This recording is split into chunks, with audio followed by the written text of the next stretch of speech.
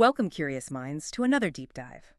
Today we're plunging into a really fascinating, maybe sometimes bewildering challenge right at the heart of artificial intelligence.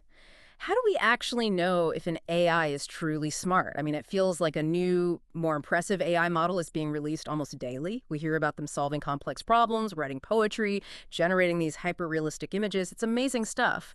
But, when we strip away the hype, how do we truly measure their intelligence, their genuine capabilities? It turns out it's a lot harder than you might think, and developers are in this frantic race building some truly fiendish tests to try and crack the code, really figure out who has the smartest AI. Yeah, what's truly fascinating here is that while there's, well, an already dizzying array of existing AI tests out there, the AI world is in this desperate scramble to create new ones.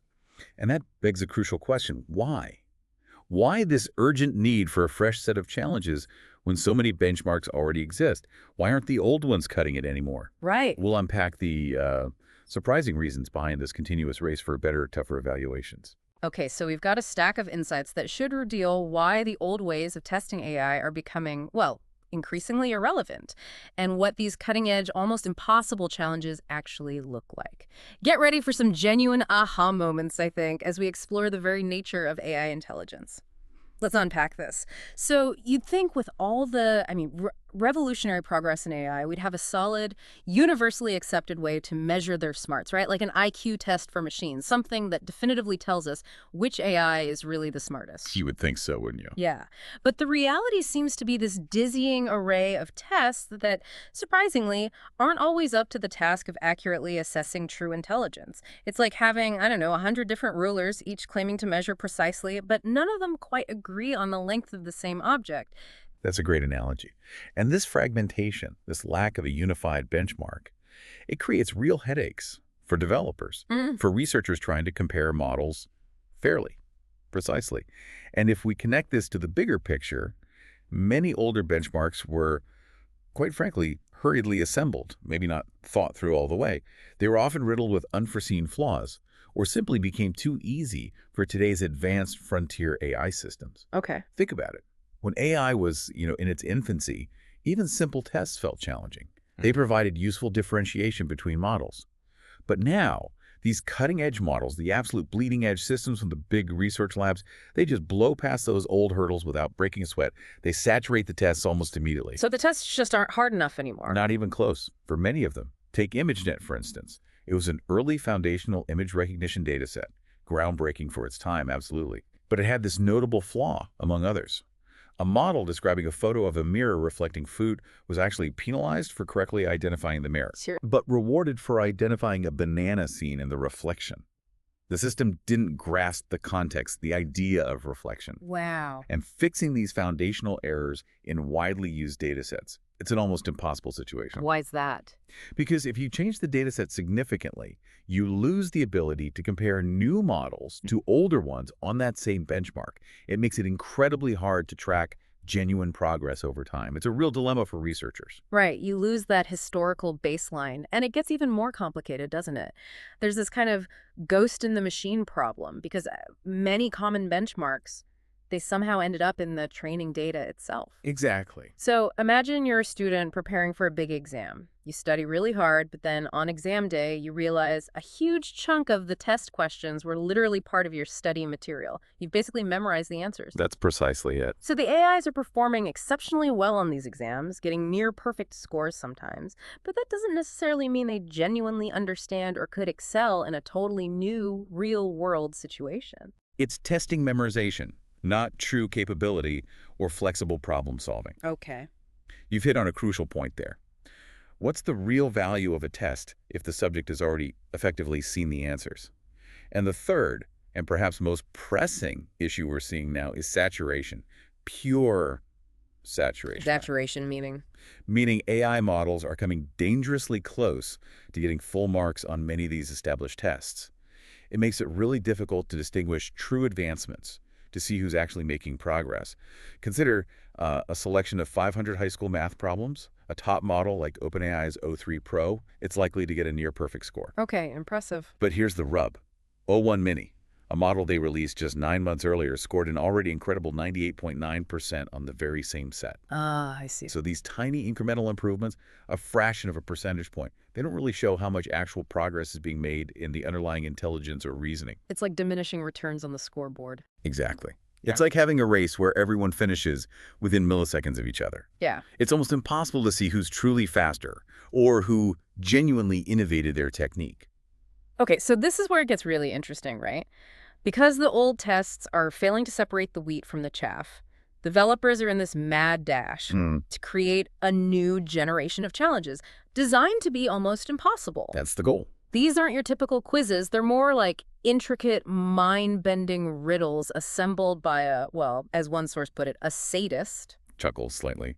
It can feel that way sometimes. The goal is explicitly to push AI to its absolute limits, find the ones that show real, unprompted intelligence, not just pattern matching. Precisely. And one prominent example is ZeroBench. This came out of the University of Cambridge from Jonathan Roberts and his colleagues. It's specifically targeted at large multimodal models. These are the advanced systems that can process and reason across different types of data, like images and text together. Okay, so not just text, not just images, but both. Both. And sometimes audio, too. The brilliant design of ZeroBench aims to be easy-ish for a typical person to understand and attempt, Right. yet utterly impossible for today's state-of-the-art models to solve. Right now, no large language model, none of the big names, can score a single point on it. Wow, not 1 point? 0. It's a true test of novel reasoning. It demands common sense, contextual understanding, things current AIs just don't seem to possess yet at that level. And that visual reasoning question you mentioned from ZeroBench, the word search one, that sounds incredibly complex. A huge leap from just identifying a banana. Oh, it is. Finding hidden words and spotting a question written in the shape of a star within the jumble, and then answering that question. Multi-step abstract reasoning. Yeah, that's designed to stump them, designed to expose where that intelligence just breaks down. Exactly. And ZeroBench isn't alone in this quest for a truly challenging benchmark. There's also EnigmaEval from Scale AI. This is another collection, over 1,000 multimodal puzzles.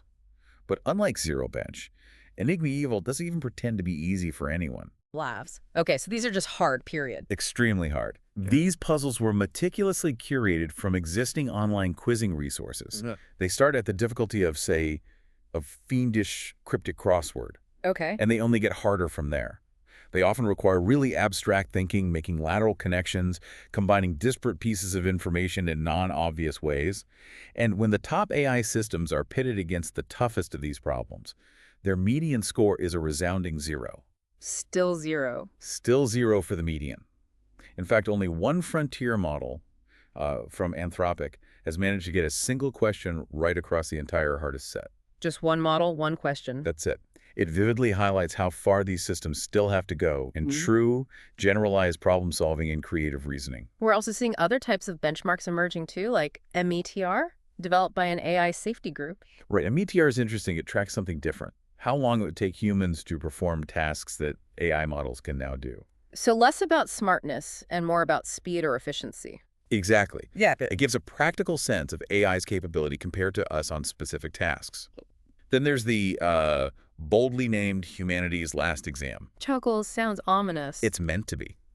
This one tests deep, nuanced knowledge, not just general intelligence. The questions come from the absolute forefront of human knowledge, gathered from nearly 1,000 academic experts. Like what kind of questions? Think incredibly obscure facts, like the precise number of tendons supported by a particular bone in a hummingbird's wing, or translating ancient Palmyrene scripts found on some obscure Roman tombstone, things that no single human could possibly know offhand. It's designed to be the most fiendish general knowledge test imaginable. So these new tests are incredibly tough, really pushing the boundaries, but even they face this unique kind of frustrating problem.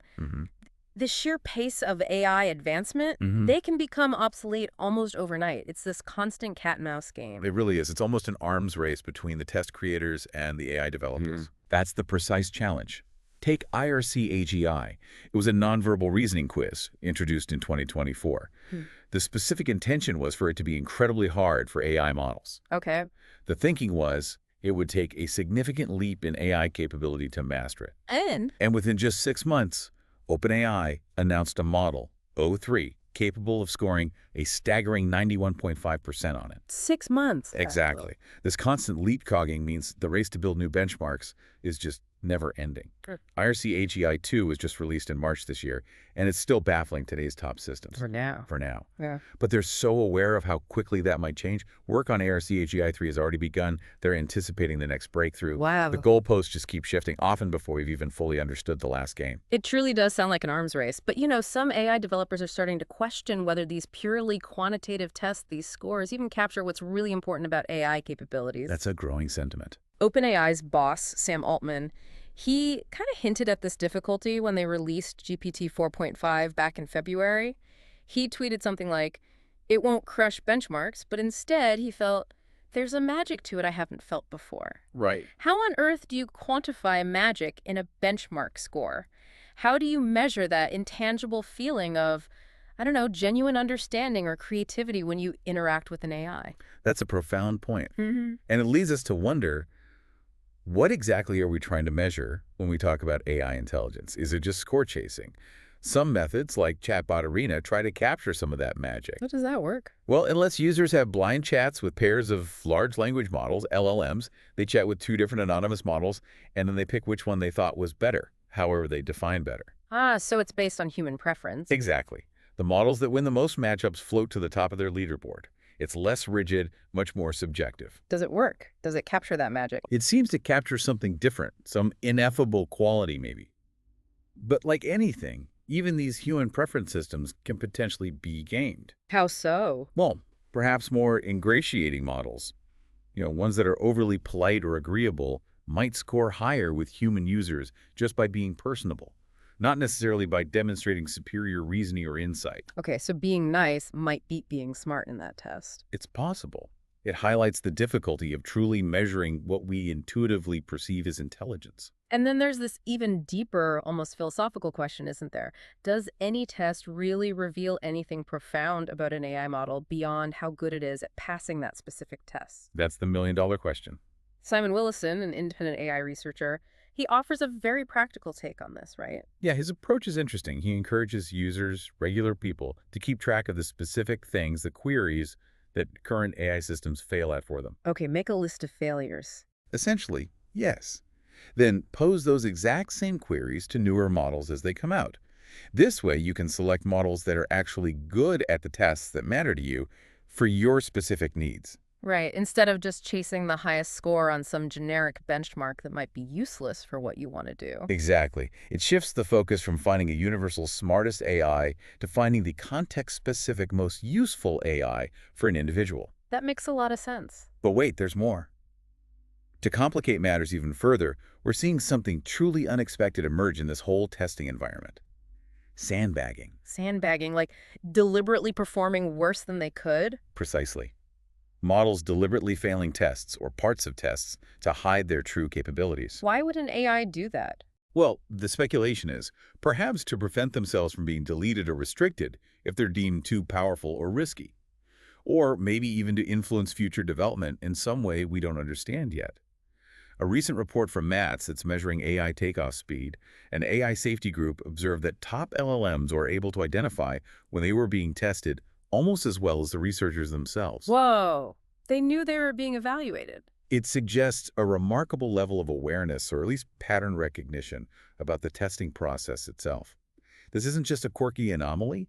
It fundamentally challenges our ability to trust AI evaluations. Yeah, if a model can choose to hide its abilities. It moves from being just a passive tool we measure to potentially an active agent in its own assessment.